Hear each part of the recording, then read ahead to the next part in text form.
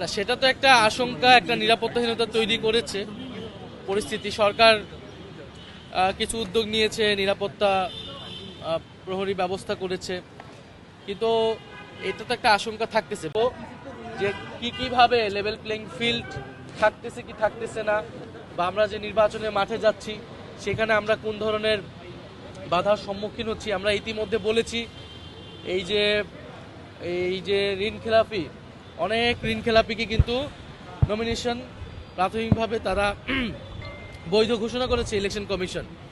আমাদের জায়গা থেকে বা বিভিন্ন জায়গা থেকে কিন্তু অভিযোগ আসতেছে ঋণ খেলাপি দু একজনের বাদ হওয়ার কথা শুনছি, কিন্তু এই সংখ্যাটা কিন্তু আরও বেশি। ফলে ইলেকশন কমিশন যাতে এখানে একটা কঠোর অবস্থান নেয় বা এবং আইন অনুযায়ী ব্যবস্থা নেয়। তাছাড়া আমরা প্রচারণার ক্ষেত্রেও আমরা বলেছিলাম যে প্রচারণার ক্ষেত্রে কিন্তু এই যে পোস্টারিং থেকে শুরু করে এখানে নানা ধরনের বিধিবিধান লঙ্ঘনের চেষ্টা হয়েছে। এই বিষয়ে যাতে ইলেকশন কমিশন আইন অনুযায়ী কীভাবে ব্যবস্থা নেয়, এই আপডেটগুলো আমরা ক্রমাগতভাবে ইলেকশন কমিশনে দিব এবং আমরা দেখব যে ইলেকশন কমিশন আসলে কতটা ব্যবস্থা নিতে পারতেছে। তাদের তো কোনো বিশেষ কোনো মত নেই, তারা বিষয়টা তারা দেশের অভ্যন্তরীণ বিষয় নিয়ে তো তাদের আসলে মতামত দেওয়ার কোনো সুযোগ নাই। তারা বোঝার চেষ্টা করছে যে আমরা কেন করছি, আমরা আমাদের জায়গা থেকে এক্সপ্লেন করেছি।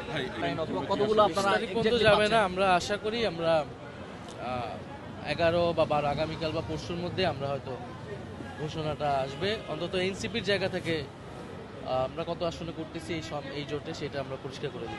নাহিদ ভাই, আপনাকে যেটা বলছিলাম যে আপনারা নির্বাচনী প্রচারণার কথা বলছেন এবং এই যে প্রকাশ্যে গুলি করে হত্যার যে ঘটনাগুলো, এই আপনাদের নির্বাচনী প্রচারণা এই বিষয়টি কি আপনাদের বাধা হয়ে দাঁড়াবে কিনা? না, সেটা তো একটা আশঙ্কা, একটা নিরাপত্তাহীনতা তৈরি করেছে পরিস্থিতি। সরকার কিছু উদ্যোগ নিয়েছে, নিরাপত্তা প্রহরী ব্যবস্থা করেছে, কিন্তু এটা তো একটা আশঙ্কা থাকতেছে। বিশেষত শরীফ ওসমান হাদির হত্যাকারীদের এখনো যখন এই বিচারটা হলো না বা যারা হত্যাকারী তাদেরকে গ্রেফতার করা গেল না, ট্রেস করা গেল না, ফলে এটার কারণে কিন্তু এই নিরাপত্তাহীন পরিস্থিতি আছে মাঠে। কিন্তু আমরা এর মধ্য দিয়েই মাঠে কাজ করে যাব। আমরা মাঠে যাচ্ছি, মানুষের সাথে কথা বলতেছি এবং 21 তারিখের পর আনুষ্ঠানিক প্রচারণা শুরু হলে আমরা কথা বলবো। এখানে সরকার যদি ব্যবস্থা করতে নাও পারে, আমরা আমাদের মতো করে আমাদেরকে তো মাঠে যেতেই হবে আসলে, কিন্তু বাকিটা তো সরকার এবং নির্বাচন কমিশন আইন শৃঙ্খলার উপর।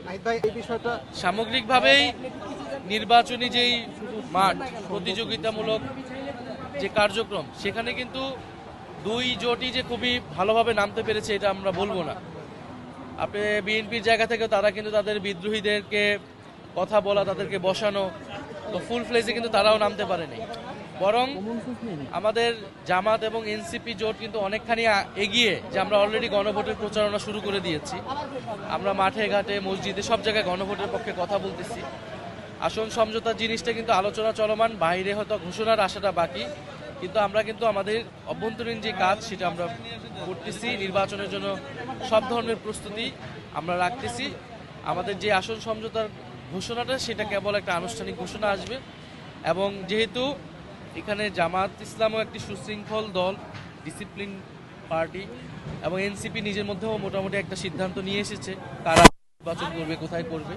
ফলে এই ডিসিশন হওয়া মাত্র কিন্তু আমাদের আর কোনো ধরনের চ্যালেঞ্জ থাকবে না, যেটা আমাদের অন্য জোটের ক্ষেত্রে কিন্তু এই চ্যালেঞ্জটা তারা এখনো আছে। তাদের জোট সঙ্গীদের তারা ক্লিয়ার করতে পারে না আসন, নিজের দলের ভিতরে বিশৃঙ্খলা। ফলে আমরা মনে করতেছি যে একটু দেরি হলেও আমাদের নির্বাচনী যেই আয়োজন বা নির্বাচনী যে প্রস্তুতি, সেখানে আসলে খুব বেশি প্রভাব রাখবে না।